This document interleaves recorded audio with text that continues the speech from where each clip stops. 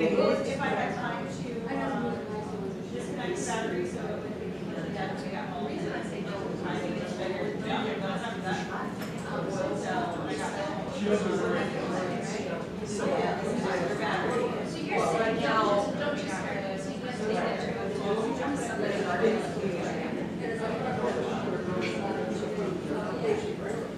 That's all. Yes.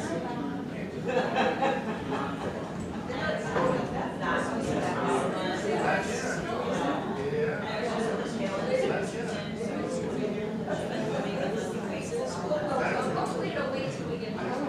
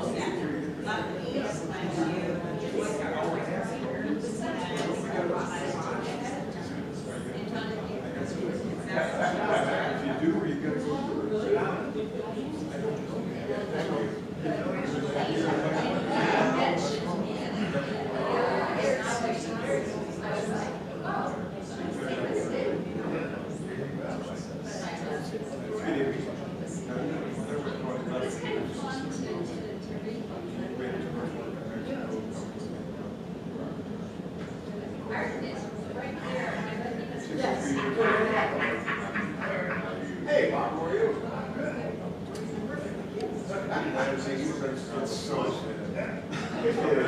Not today, but once.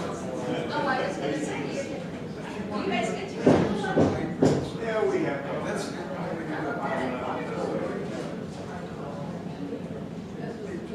It is. More than you can eat. well, shall we move on?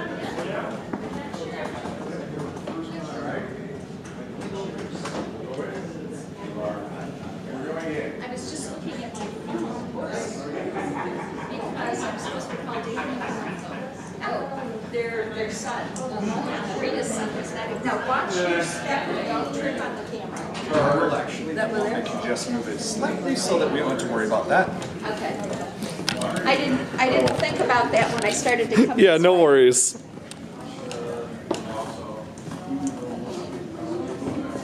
Yes. And Nancy, it looks like we actually do have some people on already for the live stream, so it sounds like they got the live stream all right, which is good. Wonderful. So I am good whenever you are. Okay.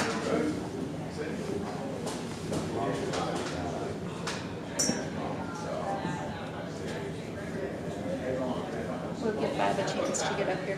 Her husband is here.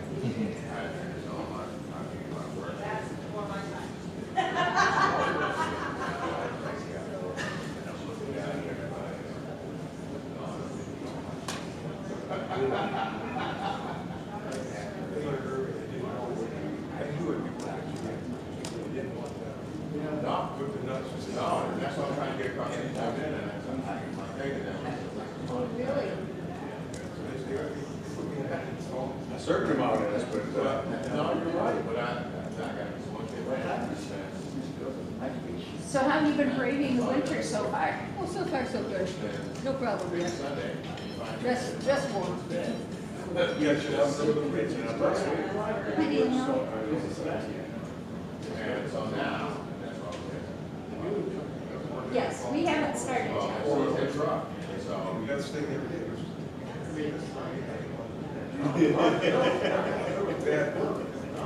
Just a second. This is Susie. Hi, this is Zach. I'm the live stream coordinator. Pretty flowers, where are they from? Votes. I happened to get them in Davidson because it's on my way. And then I forgot to stop and pick them up, so I didn't go back. But I thought we did a really nice job. It's really nice. I just gave them, I said I wanted colorful and cheerful. They want to have it done. Pardon? Not Christmas. There's always 2 or 3 I specifically said not Christmas. Great change. Because I knew if I didn't say anything. So it's yours is you're seeing the first row chairs in a curtain. Is there anybody standing or sitting in that row or no? And I was just looking for something with color. Okay, so it looks like your stream might be a little bit behind because we have it on a photo that just says remembering But at Rita the right time I now. planned it was. Just Oh, watch that's your what it says step as now? you're coming in. Oh, awesome. What was that? Yep. I So was yep, just you were telling on you the to right watch your thing. step and not on the So I have it just on the remembering Rita thing right now, and then as soon as we get started, it's going to be switching to a video of the stage. And you should be able to see everything from there. Well, I was afraid I was going to trip on it when I came up, or I would have gone the other way. Oh, absolutely. We're happy to help. I'll get the phone back to Nancy, okay? Yep, have a good night. Bye.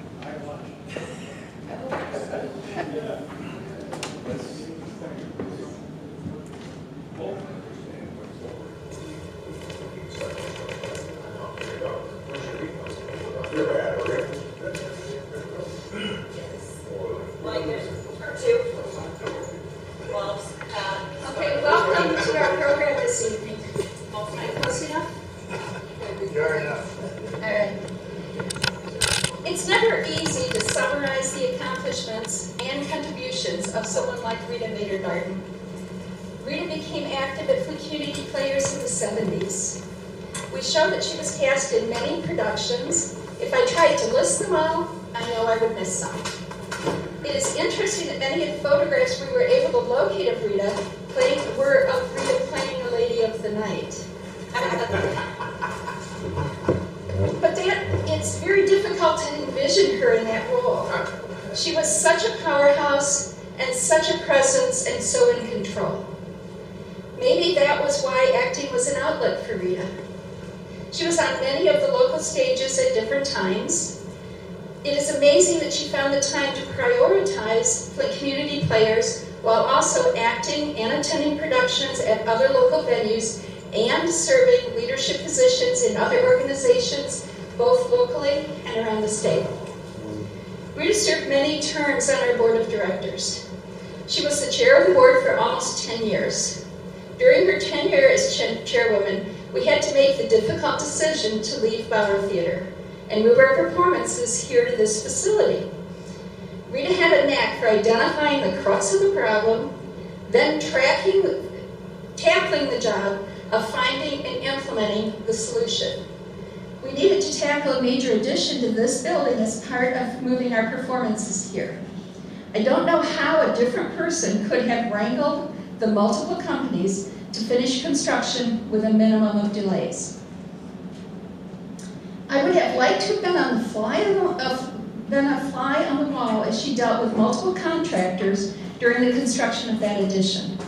She had a vision and fought to find the right contractors who would bring that vision to completion. During this period of time, Rita also led the drive to locate funding for the addition.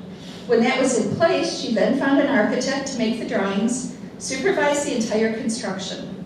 Arden Irwin, a longtime member and volunteer, who also serves on our board of trustees, had a lot of experience in supervising construction, so she recruited him to work with her during the construction process. I'm not at all certain that he was given a choice. When Rita asked you to do something, she was very difficult to deny. I sometimes call it being voluntold. Her service on our board and during the construction were acts of love. She was committed to making FCP the best she could make it. It broke her heart when the board decided that we could no longer afford to employ Steve Makowski. It was a major change for the organization, but she led us through that change in making the adjustment to contracting with different directors for each production. When Flint Township objected to our moving our performances here because of the lack of parking, Rita approached our neighbors on both sides and was able to get agreement for us to use their parking lots for performances. This was no small feat because she was dealing with Kmart, a large company at the time. Each person she spoke with tried to pass her off to someone else. She persisted until they gave up and agreed. When Kmart sold to U-Haul, there was talk of fencing their property. Rita was able to get them to change that plan because it was in direct conflict with the parking agreement. She had a way of getting what she wanted while still maintaining a relationship moving forward. On a personal note, I must comment that Rita always looked like she would have been comfortable on the pages of a fashion magazine. Even when she was wearing jeans, the rest of her apparel made her look elegant. I always admired that she took the time to have every hair in place and just the right accessories for her outfits. That's not me. She accomplished this without ever looking out of place in her surroundings. I don't remember ever seeing her without makeup. I think that she put on street makeup to get to the theater, then stage makeup before going on stage, then back to street makeup for the trip home. Even as she grew older, she always seemed to have the time and energy for lunch with friends and a drink after a show. When Rita left the board of directors and moved to the board of trustees, it wasn't very long before she became the chair of that board. Meetings always started on time. She felt it was a disservice to those who arrived on time to wait for those who did not. At one of the last trustee meetings she led, she encouraged us to install handicapped openers for our entrance doors and at a toilet in the ladies' room. She was always searching for ways for us to raise the bar. Rita was a tough taskmaster. She was instrumental in making Flint Community Players what we are today. Many of our current members never met Rita, but she had a significant role in bringing us to where we are now. The members, volunteers, and board of directors wish to offer sincere thanks to her husband Bob and their children for allowing her to spend so much of her time and energy on our behalf. The board of directors voted to dedicate this stage in her memory for her years of service to this organization. The plaque will be placed on the north wall of the performance hall so that her plaque will be near those of James Rancilio and my parents, Bea and Tom Nobles. Daniel, one of her children, would like to speak. I'm going to call him and hopefully we will be able to broadcast his voice.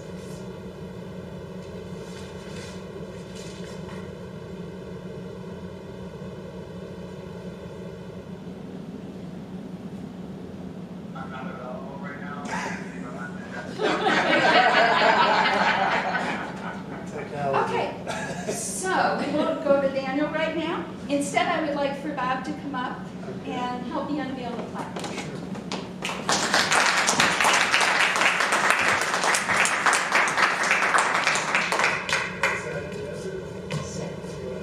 I'll go on this side. Slip from the back. I'm not sure. Hopefully.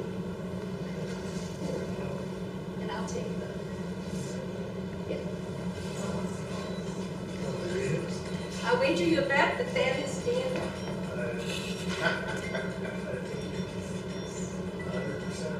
Oops. Where did it go?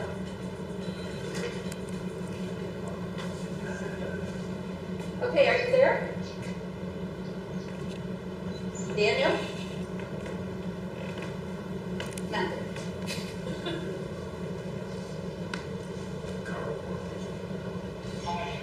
Hi.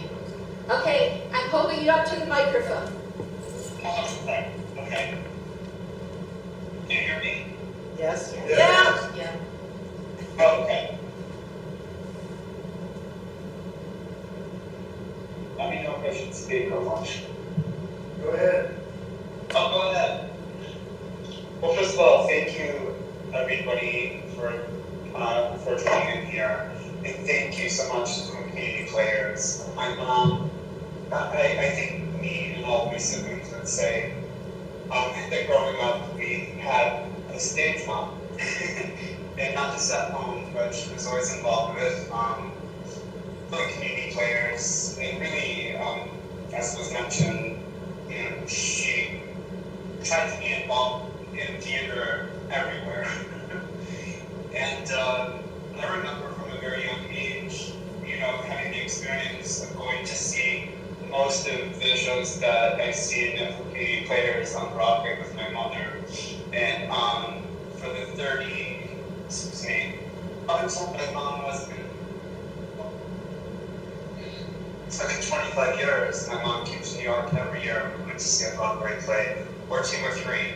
And it was really funny because my mom and my stepfather were the type of people to eat peanut butter and jelly sandwiches, and that my mom would spend $1,500 on a ticket for Broadway.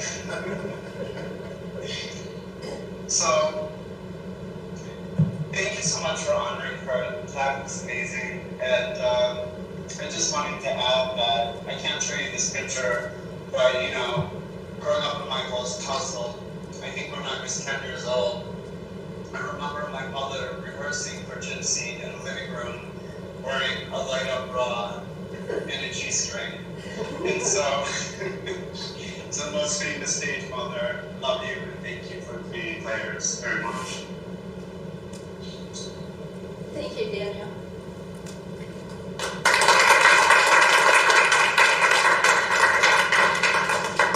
I didn't have anything prepared. I didn't know what the format was going to be, but for those of you wondering, or those of you who are not wondering, yes, I married up.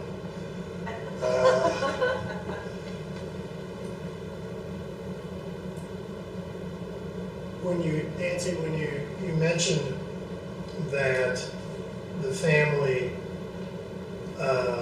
allowed Rita the freedom of coming to Flint Community Players either as an actor or as a member of the board, my question, and I think I've raised this question publicly before, did I have a choice?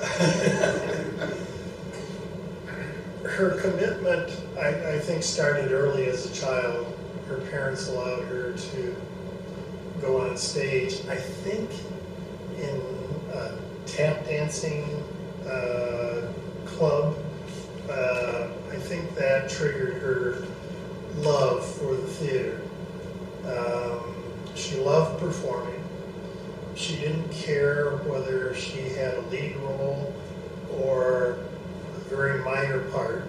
She was very glad to be part of an organization that entertained people.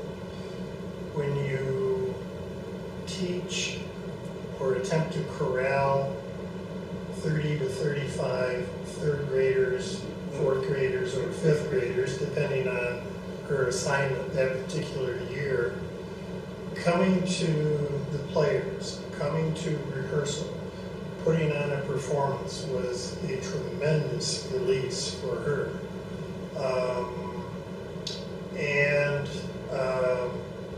She allowed me to read lines with her and demanded it, which I didn't mind. It was an education for me as well.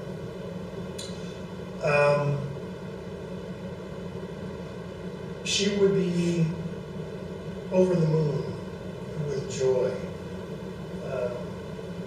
to have a plaque honor her commitment to this organization. And she worked, as Nancy pointed out, tirelessly to try to make the organization better and more inclusive. And I think she accomplished that. It wasn't without some pain, but I think that's true of any organization. So, as the on-site spokesperson for the family, thank you. This is a wonderful honor, and we will carry this forward in our hearts. Thank you.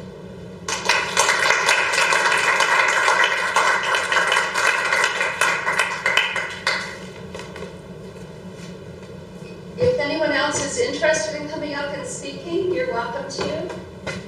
Otherwise, we wish to thank you for coming tonight. There are refreshments in the Swan Room. And thank you so much for coming. And it's been a pleasure working with Rita, and we'll get this up hopefully before the next show. Thank you. Something nobody mentioned, she did all that with a twinkle in her eye and a smile on her face. You couldn't say no. Yes.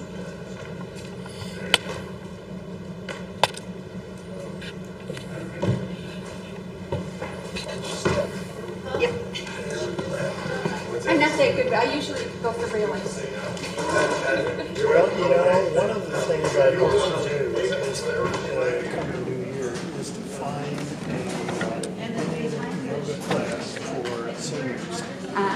My future daughter-in-law enrolled me in a class out in California when I was there over Thanksgiving, and I had a good time.